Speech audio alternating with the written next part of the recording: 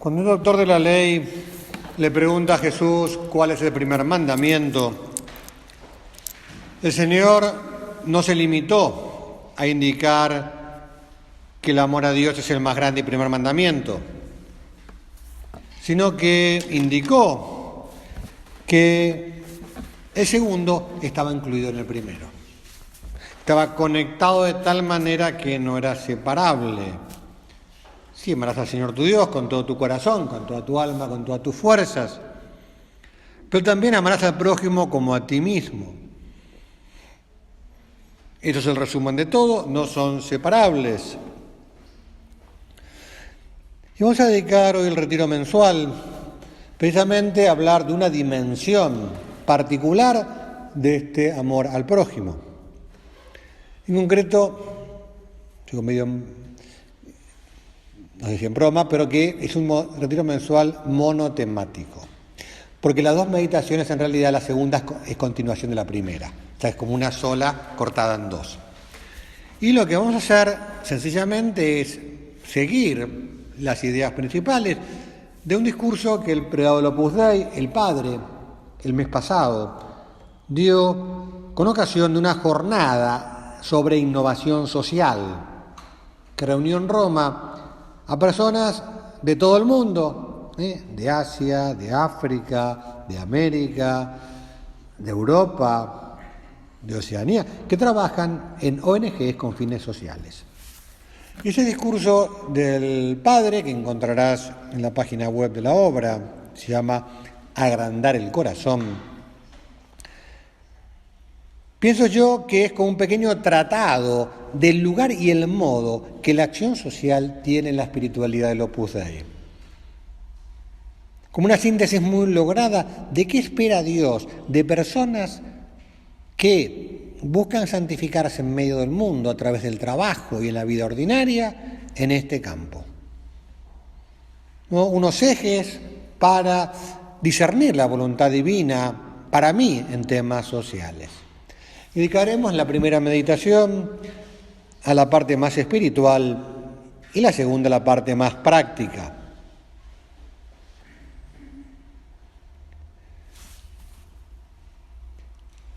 El amor. Los mandamientos, y máximo el mandamiento del amor a Dios y al prójimo, no son reglas para cumplir. Expresan realidades de lo más profundo del corazón humano. Dios es amor. Es una Trinidad en que las personas están unidas por un amor infinito, absoluto, divino. Tan infinito y tan divino que las hace uno solo y son de un solo Dios. Un solo Dios que no es soledad, que es Trinidad de personas. Este misterio insondable, impresionante, de unidad en Dios, que hace que San Pablo diga que Dios es amor. Se transmite al hombre porque el hombre es imagen de ese Dios amoroso. Entonces el hombre, así como Dios es relacional, es la relación del Padre, el Hijo y el Espíritu Santo, el ser humano, imagen de Dios, es un ser relacional. De tal manera que la dimensión social, la dimensión de relación, es esencial para nosotros. Escribía el Papa Benedicto en su encíclica social, Caritas in Veritate: la criatura humana, en cuanto de naturaleza espiritual, se realiza en las relaciones interpersonales. Uno no se realiza aislado, uno se realiza en relación con los demás. De hecho, hasta para hablar necesitamos los demás. Quien creciera sin comunicación con nadie no aprendería a hablar.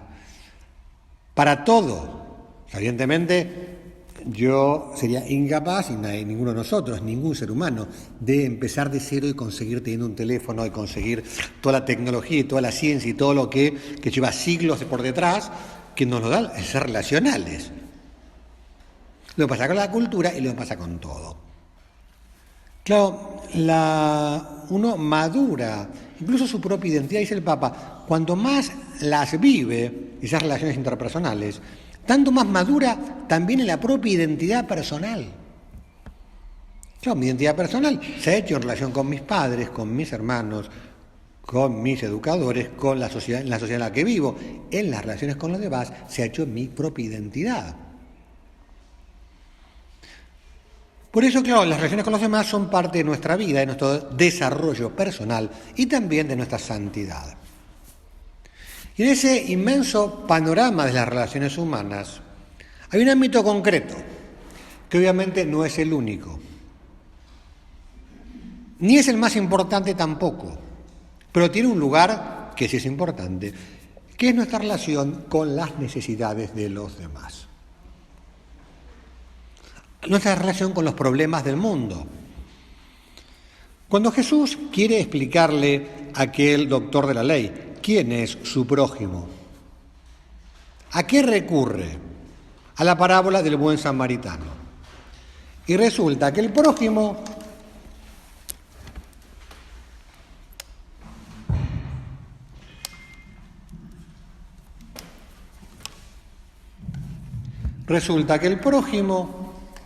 es un desconocido de entrada, que es de otro pueblo, es de un pueblo que está enemistado. Un judío herido y un samaritano sano. Una persona que ha sufrido una grave injusticia, lo han robado, que está solo, que no tiene quien lo ayude, que está gravemente herido. Parece que estas dos personas no tienen nada en común, pero sí. ¿Por qué? Porque uno tiene lo que necesita el otro. Es decir, se complementan, se necesitan. El samaritano tiene la oportunidad de hacer que su bienestar, su fuerza física, su lo que fuera, sirva a otro. Y el otro lo necesita. O sea, uno tiene la necesidad y el otro tiene cómo aliviarla. Y los une, eso en los planes divinos. Cuando Jesús quiere mostrar cómo es el buen pastor, nos dice que busca la oveja perdida y descarriada. Por supuesto que se ocupa de la oveja sana, de la buena, pero se nota que es bueno de verdad, porque se ocupa de todas, especialmente de la que más lo necesita. Cuando nos habla de organizar un banquete, salía en misa hace pocos días, dice, no invites a los que te pueden devolver la invitación y invitarte a otro banquete. Dice, invita a pobres lisiados, yo qué sé. Cuando habla de amar a todos, no empieza diciendo, y hay que amar al marido, a los hijos, pero no empieza diciendo con el marido, empieza con los enemigos. Es decir, ya se ve que este asunto es en el Evangelio un lugar importante, ocupa un lugar importante. Y la primera consideración que nos habla el Padre en ese discurso es que no podemos ser indiferentes. Como lo fueron el sacerdote y el levita de la parábola del buen samaritano. Y dice, nada de esto nos puede resultar indiferentes, y todos estamos llamados a poner en movimiento la imaginación de la caridad, para llevar el bálsamo de la ternura de Dios a todos nuestros hermanos que pasan necesidad. O sea, la tentación de mirar para otro lado, de poner la excusa de que no puedo hacer nada. Es verdad que podemos hacer poco. Poco comparado, como veremos después, con las necesidades que hay en el mundo.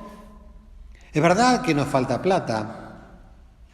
Es verdad que no tenemos poder político, ni social, ni lo que quieras. Es cierto que tenemos problemas personales que tenemos que ocuparnos. Pero eso no quita que...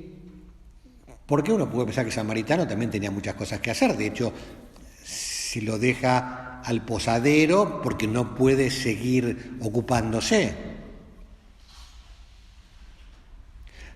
Pero tenemos que superar esas excusas a veces ponemos para no involucrarnos, mirar para otro lado.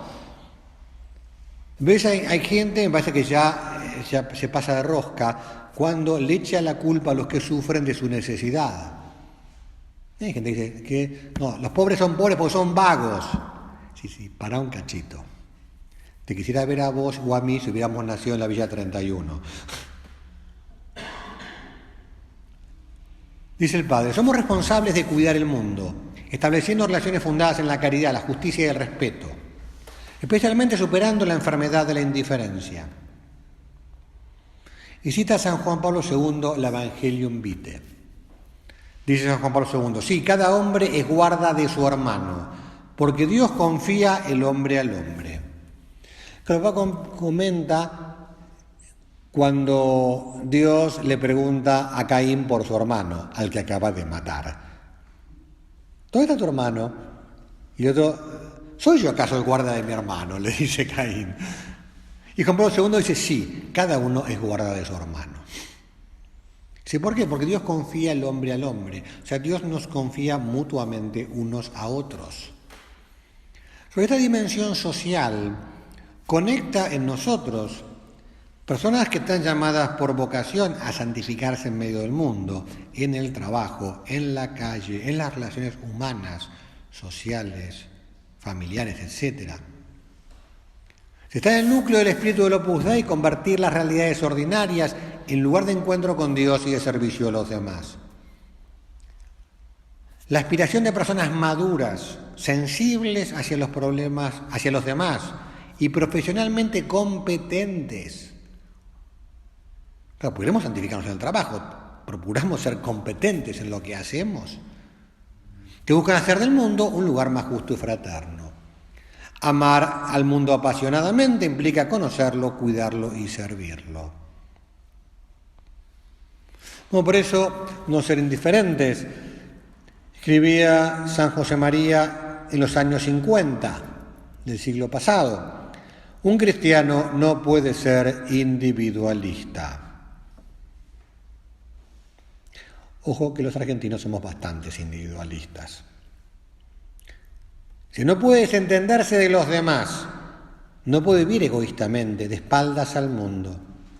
Es esencialmente social, miembro responsable del cuerpo místico de Cristo. Entonces, obviamente nos referimos a todo sufrimiento ajeno. Aquí aparecen personas conocidas, personas queridas, familiares enfermos, que sufren injusticias, que están sin trabajo, pobreza, soledad, hijos enfermos. De personas cercanas que nos son desconocidas, que nos cruzamos en la calle, que nos ponen carteles en los semáforos de cartón o que encontramos en la puerta de una iglesia o lo que sea. Y también de personas lejanas de cualquier parte del mundo, que están en campos de refugiados, que sufren la guerra, persecución, hambre, lo que sea. Y habiendo celebrado ayer la conmemoración de los fieles difuntos, incluimos también las almas de purgatorio, que están necesitados de nuestra oración y sacrificio para avanzar en su camino al cielo. Podríamos decir que el rezar por las almas de purgatorio es también una cuestión de solidaridad. Bueno, el pelado de la obra considera 4 dimensiones, 4 ejes del asunto. La dimensión espiritual, una dimensión profesional, una espiritual y otra más amplia, podemos decir organizativa. Vamos a empezar por la espiritual, que es la primera, para dedicarnos a las otras en la meditación siguiente. Claro, en nuestra relación con Dios, los problemas de los demás tienen su lugar. Es más, la fuente de la caridad está del amor de Dios. ¿Cuántas veces el Papa Francisco recuerda que la Iglesia no es una ONG? La Iglesia no es una ONG, es el cuerpo místico de Cristo. O sea, la parte espiritual es esencial. Y esto tiene, la primera consideración que hace el Padre es notable, es que Jesús carga con el sufrimiento humano. Claro, que es la dimensión sobrenatural del sufrimiento. ¿Y quién es el que lo carga? Para evitar, muchas veces nos encontramos con personas, y nos puede pasar a nosotros, que nos agarra complejo de Mesías. Gente que está aplastada por los sufrimientos ajenos, porque los quiere llevar, ella a mí me quiere resolver la vida a todo el mundo. Dice el Padre, podría parecer utópico pensar que somos capaces de hacer algo para paliar el sufrimiento de la humanidad. Obviamente, si uno mira el sufrimiento del mundo, dice, ¿quién soy yo? Sin embargo, sabemos que es Jesús quien carga con el dolor humano. Las llagas en su costado, en sus manos, en sus pies, recuerdan las llagas del mundo. Y Jesús nos ha dicho, lo que hiciste con uno de estos, conmigo lo hiciste. O sea, Jesús carga el problema de la gente. Jesús no es indiferente al problema ajeno. Y eso llena de consuelo. Jesús no deja tirado al que sufre. Jesús lo sostiene, hace redentor su sufrimiento, le da valor, es justo y le retribuirá por lo que sufre. Pues hemos de mirar los problemas humanos, dolores, miseria, injusticia, desde la perspectiva divina. Jesús hizo hombre, asumió el dolor humano, lo cargó sobre sí, lo hizo redentor. Pues no querer llevar el peso sobre nosotros, lo lleva a Jesús. Poner en sus manos el sufrimiento humano, buscar con él cómo aliviarlo, pero ponerlo en sus manos, santificarlo. Algunos días en misa, de la misa es tan rica, tiene tantas cosas que hay variedad infinita de cosas para que uno pueda hacer. A veces en misa cuando pongo el vino en el cáliz, no sé por qué me imagino cargar el cáliz del dolor de la humanidad. Le digo al Señor, aquí te pongo todo el dolor de todos los hospitales del mundo. Todo el dolor de todas las personas que sufren soledad, todo el dolor de todos los que sufren, bueno, precisamente para que vos lo hagas redentor, para que lo santifiques, para que lo sostengas, para que lo fortalezcas, para que les ayudes a encontrar el sentido, etcétera, etcétera, etcétera. Bueno, claro, meterlo con el Señor. Solo no podemos nada, nos supera y nos aplastaría si quisiéramos llevarlo solos. Claro, ¿cuántas veces pasa que esta falta de dimensión sobrenatural ha llevado gente a errores serios? Por ejemplo, pienso que buena parte de los teólogos de la liberación eran religiosos europeos que iban a América, a un lugar súper pobre, indignados con la pobreza, se indignaban, se rebelaban y buscaban soluciones humanas, marxistas, a aquellos problemas y se olvidaban de Cristo y del sentido sobrenatural y de muchísimas otras cosas. Claro, entonces la falta de perspectiva sobrenatural hace que uno tome el asunto para el lado de los tomates. O que uno cuántas veces el peso del sufrimiento ajeno angustia, deprime, desespera. Porque queremos llevarlo nosotros solos. Por abandonarlo en Dios. Porque si no, no podemos ayudar. Si el problema de los demás nos aplasta, nos incapacitamos. Bueno, por eso no ser indiferentes. El Señor lleva el sufrimiento, no nosotros. Y pues el Padre habla de agrandar el corazón. Pero no es una tarea humana. Hemos de agrandar en la vida espiritual. El amor de Dios nos agranda el corazón. Para que entren todos. El camino de identificación con Cristo va transformando el corazón humano y lo abre a la caridad. La unión con el Señor, los sacramentos, en la oración, lleva a descubrir al prójimo y sus necesidades y a prestar menos atención a uno mismo. Evidentemente, la unión con el Señor hace que uno vaya teniendo los mismos sentimientos de Cristo. Que uno descubre, que uno se haga sensible a las necesidades de los demás. Que uno piense menos en sí mismo. A veces no nos damos cuenta de las necesidades de los demás porque nos estamos mirando el ombligo. Entonces, si miro el ombligo, los demás están fuera de mi campo visual. Claro, el tema de las relaciones, pues la vida espiritual tiene mucho que ver con esto, porque hay muchas virtudes en juego. La generosidad, la solidaridad, el desprendimiento de uno mismo, de su tiempo, de su comodidad, de sus bienes, la misericordia, la humildad. La caridad cambia la mirada, dice el Padre. Cambia la mirada, hace que uno mire distinto el mundo y las cosas. La caridad de Cristo no es solo un buen sentimiento en relación al prójimo, no se para en el gusto por la filantropía. O sea, una mirada, cambia la mirada, nos da una mirada más generosa, más llena de amor, más incisiva, que sabe ver más allá de los propios intereses, de los propios problemas, necesidades. Una mirada que ve a Cristo en los demás. Y una mirada que ve a los demás con los ojos de Cristo. Dice San José María, la caridad infundida por Dios en el alma transforma desde dentro la inteligencia y la voluntad.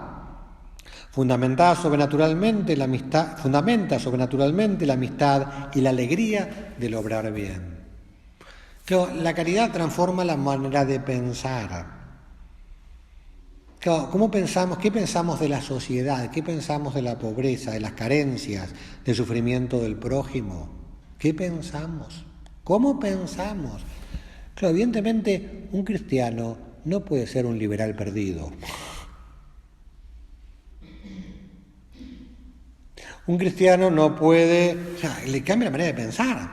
Tampoco puede ser marxista, porque es que evidentemente la lucha de clases no arregla nada, empeora todo. Pues la antítesis de la caridad.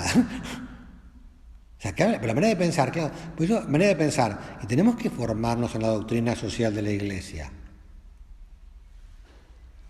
San José María deseaba que en el catecismo de primera comunión se enseñara la doctrina social de la Iglesia, para que los cristianos desde chiquititos fueran conscientes de sus deberes sociales. Que hay una ignorancia de la doctrina social de la Iglesia notable. Es más, una visión caricaturesca. Hay un político argentino bastante anticristiano, anticatólico, claramente, que acusa a la Iglesia de pobrismo, de querer reproducir a los pobres. Cada tipo jamás leyó un documento de la doctrina social de la Iglesia, clarísimamente.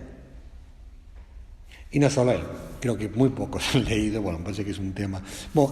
Dice, la caridad transforma la inteligencia, transforma la voluntad. Entonces nos da voluntad de influir, de ayudar, de no pasar de largo, más allá de las posibilidades reales que tengamos. Porque acá claramente vale absolutamente lo del óbolo de la viuda en el templo. ¿Quién fue la que más puso? Dice Jesús. Esta mujer que materialmente fue la que menos puso. Los ojos de Dios, lo poquito a lo mejor que yo puedo hacer, según cómo lo haga, puede ser la que cambie la historia. Aunque yo no me entere cómo la del templo no se enteró que era la que más había puesto. Bueno, dice el Padre, pedí al Señor que nos agrande el corazón, que nos dé un corazón a su medida, para que entren todas las necesidades, los dolores, los sufrimientos de los hombres y las mujeres de nuestro tiempo, especialmente los más débiles. Bueno, Señor, dame un corazón grande, un corazón sensible y al mismo tiempo un corazón fuerte. Porque si ser sensible a las necesidades de los demás me aplasta, me incapacito para ayudar. Dice el Padre, un corazón orante en medio del mundo que sostiene y acompaña las necesidades de los demás. Bueno, claro, el corazón, que es el corazón de Cristo. Claro, Jesús manso y humilde de corazón, hace mi corazón semejante al tuyo. Bueno, en nuestra mirada a Jesús y nuestra mirada a los necesitados hay un ida y vuelta. Dice el Padre, la identificación con Jesús nos abre a las necesidades de los demás. O sea, mirar a Jesús nos lleva a ver a los demás. Un corazón sensible que se da cuenta, que tiene empatía, que sabe lo que siente el que sufre, o al menos es capaz de hacerse idea de su sufrimiento, de acompañar, de ser misericordioso, de sufrir con. ¿Cuántas veces con un enfermo la manera de consolar es agarrarle la mano? Y solo tener la mano agarrada a la otra persona la conforta, la acompaña, la sostiene, y no dice nada, uno parece que no hace nada y está siendo infinito. Bueno, pues corazón sensible sin asumir los problemas ajenos, con un sano equilibrio. Caridad que nos lleva a hacernos cargo de los problemas de los demás, con la humildad de no creernos un Mesías, que hemos de salvar a todos. Personas de fe que saben que el sufrimiento puede ser transformado a través del amor en redención y santidad, que no es lo peor del mundo el sufrimiento, que redime y salva. fortaleza para no dejarnos hundir por los problemas ajenos, paciencia para no agobiarnos. Pues la mirada de Jesús nos enseña a mirar. Al mismo tiempo, el contacto con el necesitado nos lleva a Jesús. Lo que bien experimentado lo tenía San José María cuando en los primeros años de la obra, cuando estaba solo y no tenía nada, se refugiaba y buscaba la gracia en el servicio de los más pobres y enfermos entre los pobres y enfermos de Madrid.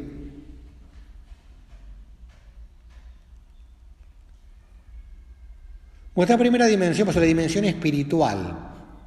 Claro, es profunda y da para mucha oración. O sea, cómo tener una espiritualidad, una unión con el Señor que me agrande el corazón, que me haga sensible para las cosas de los demás.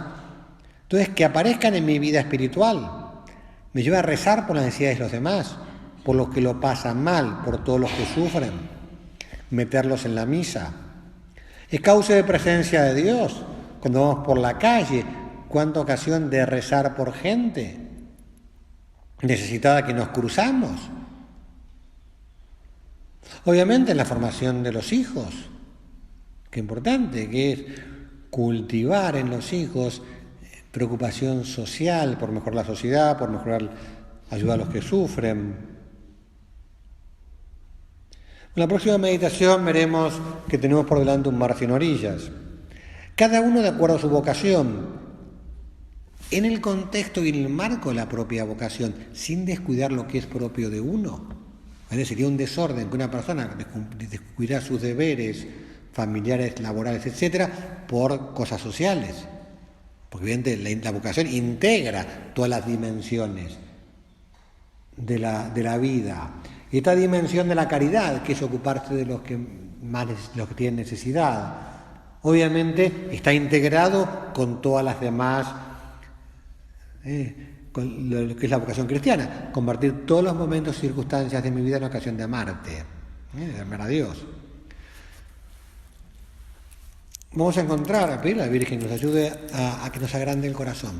Madre mía, un corazón grande, un corazón como el de Cristo, sensible, que no sea indiferente. Y que sepa encontrar respuesta a nuestra altura, según nuestras posibilidades, según nuestras vocaciones y circunstancias, a las respuestas que solo nosotros podemos dar. Porque esto, cada uno ocupa un lugar único en el mundo y en la historia de la salvación. Entonces, también esto, como toda vocación, es súper personal. Tenemos que ir discerniendo en nuestra vida cómo resolver, cómo influir, cómo ayudar, cómo sostener a personas necesitadas en nuestra vida de todos los días. Te doy gracias, Dios mío, por los buenos propósitos, afectos e inspiraciones que me has comunicado en esta meditación. Te pido ayuda para ponerlos por obra. Madre mía Inmaculada, San José mi Padre y Señor, Ángel de mi guarda, intercedan por mí.